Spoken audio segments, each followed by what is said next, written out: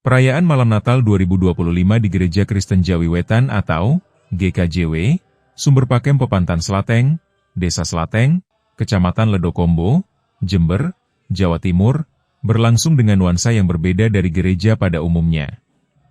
Puluhan jemaat gereja yang berada di wilayah Jember Utara itu melantunkan lagu-lagu pujian kepada Yesus Kristus menggunakan bahasa Madura, pada Rabu malam, 24 Desember 2025. Nyanyian pujian tersebut diiringi petikan gitar yang menciptakan suasana ibadah Natal yang hikmat sekaligus hangat. Keunikan GKJW Sumber Pakem tidak hanya terletak pada lagu pujiannya. Gereja ini tercatat sebagai satu-satunya gereja di Indonesia yang secara aktif menggunakan kitab Injil berbahasa Madura dalam seluruh kegiatan peribadatan. Kitab Injil tersebut telah dibukukan secara lengkap setebal 1783 halaman, memuat penjelasan dari Perjanjian Lama hingga Kitab Wahyu dalam Perjanjian Baru.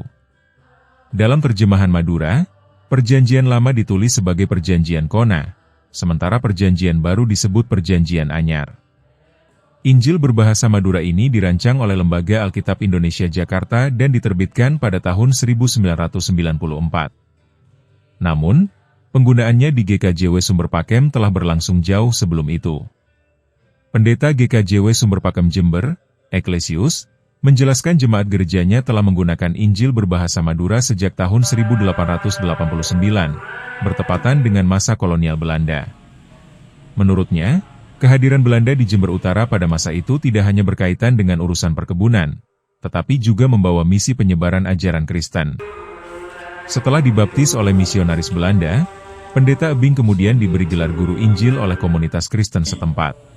Penggunaan Injil dalam bahasa lokal, lanjut Eklesius, dilakukan agar firman Tuhan lebih mudah dipahami oleh masyarakat setempat.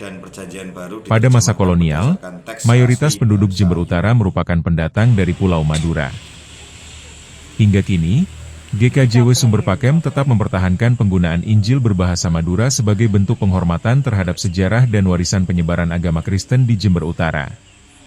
Selain Injil, gereja ini juga menggunakan kidung pujian berbahasa Madura sebagai kitab pendukung dalam ibadah.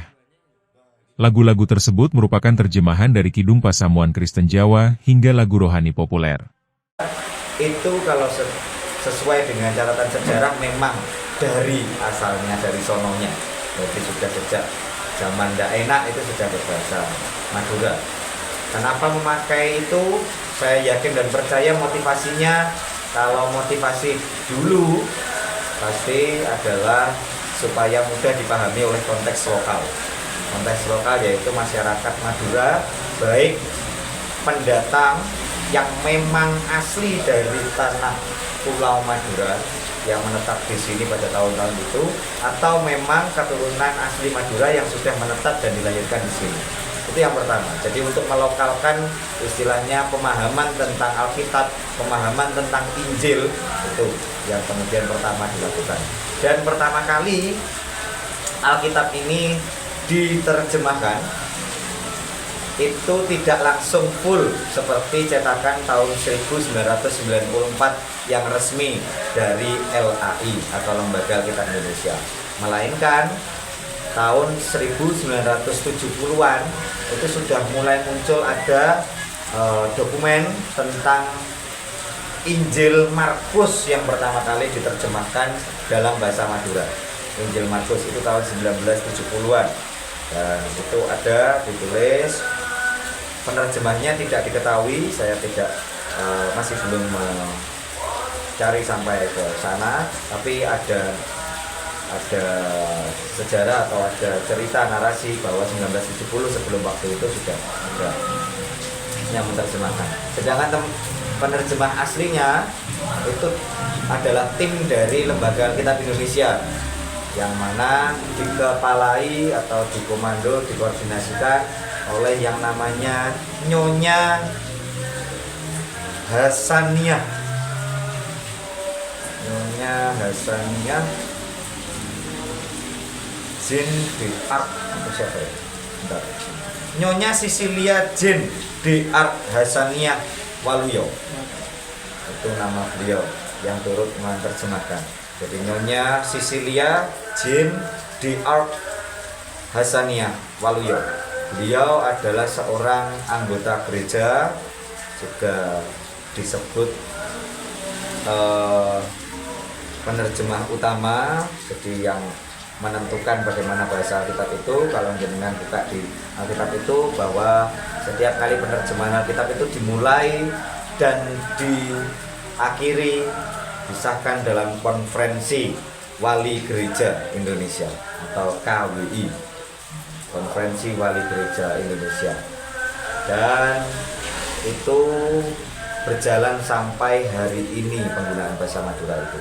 Kalau dulu itu tujuannya adalah untuk melokalkan Injil atau melokalkan kitab ajaran dan seterusnya, maka hari ini tujuan terus memakainya bahasa Madura tidak lain dan tidak bukan selain dengan melokalkan itu lebih mudah dipahami, tapi lebih kepada menjaga warisan budaya yang sudah diberikan oleh pendahulu di GKJW Pondu Sumber Pakem itu, supaya tidak hilang.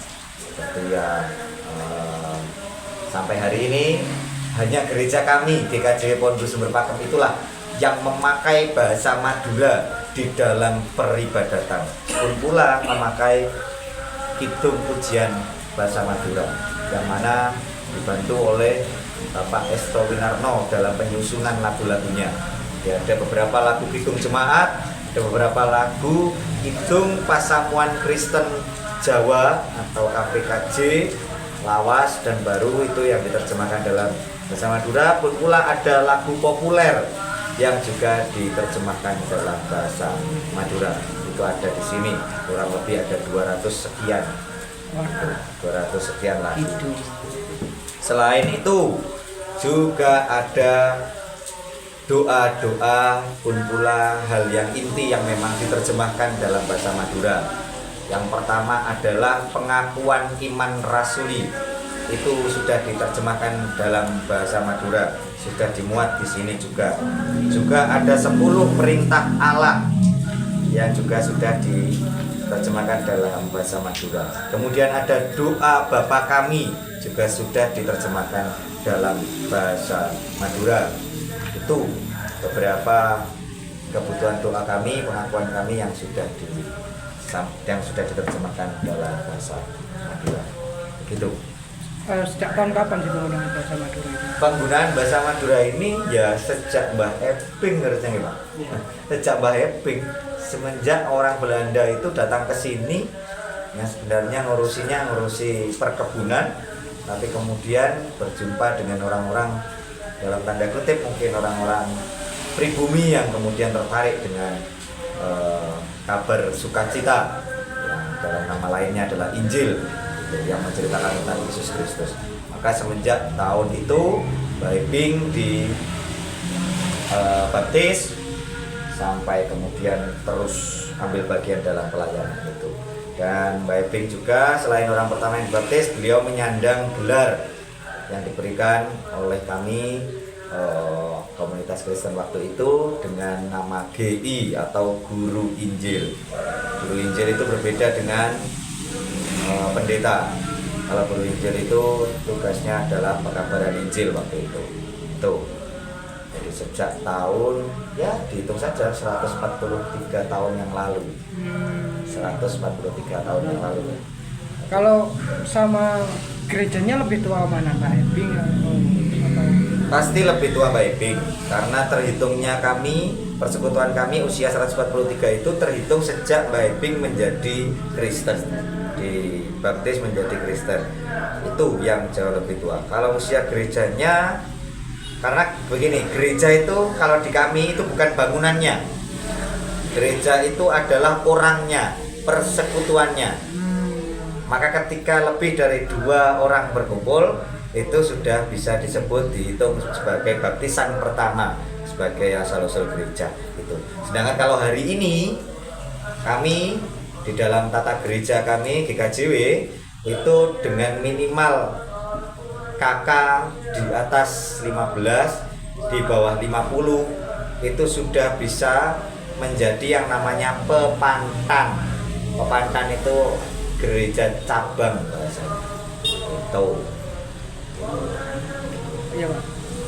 Kalau bangunannya itu sejak kapan itu? Kalau bangunan yang ada sekarang ini kalau tidak salah 1996 ya Pak. Bukan terakhir, bangunan yang kelihatan itu yang sekarang ada dipakai itu 1996. Zamannya pendeta sinten ini? Pak Sarji berarti itu. Pembangunannya ya sekitar itu ya. Download Tribun X sekarang, menghadirkan lokal menjadi Indonesia.